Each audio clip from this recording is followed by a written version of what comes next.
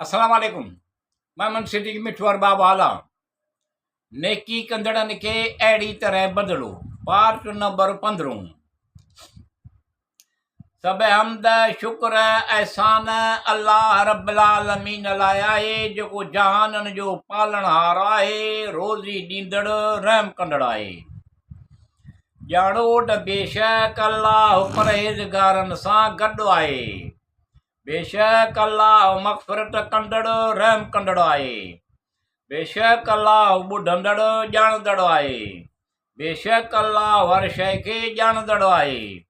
अल्लाह खां सवाइ को महबूद न आहे, ज़िंदह ऐं क़ाइमु आहे। त खेसि पिनकी अचे थी ऐं न निंड। जेकी कुझु आसमाननि में आहे, जेकी कुझु ज़मीन में आहे, उन जो आहे।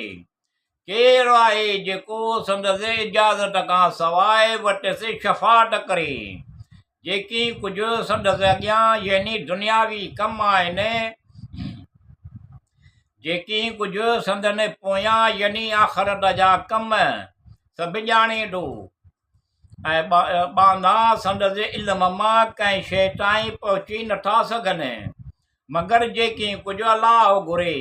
संदसि इल्म ऐं बादशाही आसमाननि ऐं ज़मीन खां कुशादी आहे ऐं संदसि हिफ़ाज़त खेसि नथी थकाए। इहा उन लाइ मुश्किल आहे ऐं इहो कुदरत में मथां वॾे शान वारो आहे। दीन में ज़ोर ज़बरदस्ती न आहे। बेशक हिदायत गुमराहीअ खां रोशन थी चुकी। पोइ जेको शैतान ऐं बुतनि जो इनकारी थियो ऐं अल्लाह ते ईमान आंदाई ऐं संदसि फर्माबरदारी कयाई, पोइ बेशक उन मज़बूत कड़ीअ खे पकिड़े वरितो जेको टुटण वारो न आहे। अल्लाह ॿुधंदड़ आहे। अल्लाह ईमान वारनि जो दोस्त आहे। कुफर जे ऊंदाहिनि मां ईमान जे नूर ॾांहुं कढे थो।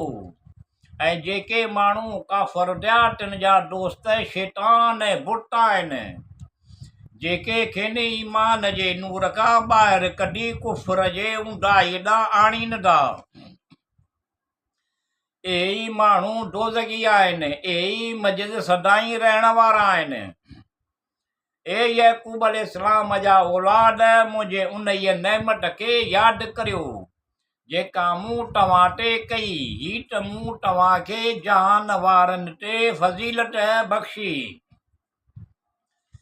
बेशक अल्लाह चूंडियो आदम अलैहिस्सलाम ऐं नूह अलैहिस्सलाम ऐं इब्राहिम अलैहिस्सलाम जी औलाद यानी इस्माइल अलैहिस्सलाम, इसहाक़ अलैहिस्सलाम, याकूब अलैहिस्सलाम ऐं असबात अलैहिस्सलाम खे ऐं उन इमरान जे औलाद यानी मूसा अलैहिस्सलाम ऐं हारून अलैहिस्सलाम अजमईन खे। जहान वारनि ते संदन ज़माने में उहे हिक ॿिए जो औलाद आहिनि ऐं अल्लाह ॿुधंदड़ आहे।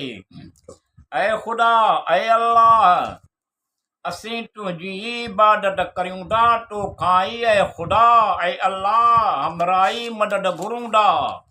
असांखे सिधी वाट ॾेखार उन्हनि जी जिन ते तो अहसान कयो, जिन ते तो इनाम कयो, न उन्हनि जी वाट जिन ते ॾमर थियल आहे, ऐं न गुमराहीअ जी वाट उन्हनि जी अहसान कयो तो जिन ते, न उन्हनि जे ॾमर थियो जिन ते, ऐं न गुमराहनि जे सबब। सभु सारा हमद, शुक्र, एहसान सारा अल्लाह रब्बुल आलमीन लाइ आहे जेको रोज़ी ॾींदड़, रहम कंदड़ आहे।